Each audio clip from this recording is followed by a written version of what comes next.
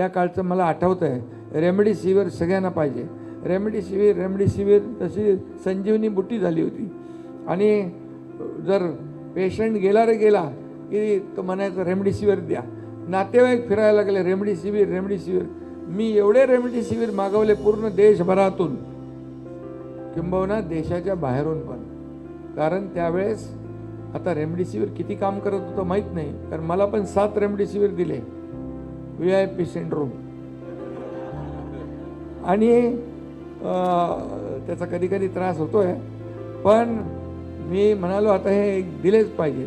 आणि म्हणून मी सगळ्याकडून जिथून जिथून उपलब्ध होतील तिथून उपलब्ध केले आणि रुग्णांना मोफत रेमडेसिवीर दिले.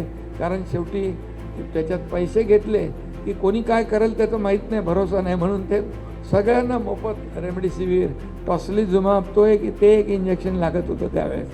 आणि मला आठवतं आहे की डॉक्टर तर ट्रीटमेंट करत होते, पण मी सांगत होतो काही लोकांना जेव्हा बेड मिळत नव्हता, मी म्हणालो पोटावर झोपल्यामुळे काहीतरी ऑक्सिजन लेवल वाढायची काय.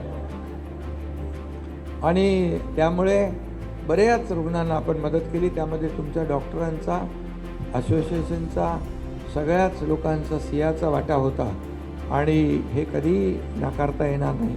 आणि म्हणून मला एक अभिमान पण आहे, आनंद आहे ठाण्यातल्या सर्व डॉक्टरांचा की जेव्हा जेव्हा अशी परिस्थिती येते, जेव्हा आपत्ती येते, तेव्हा सगळे लोक आपला फायदा तोटा विसरून एकदम कामाला लागतात. जेव्हा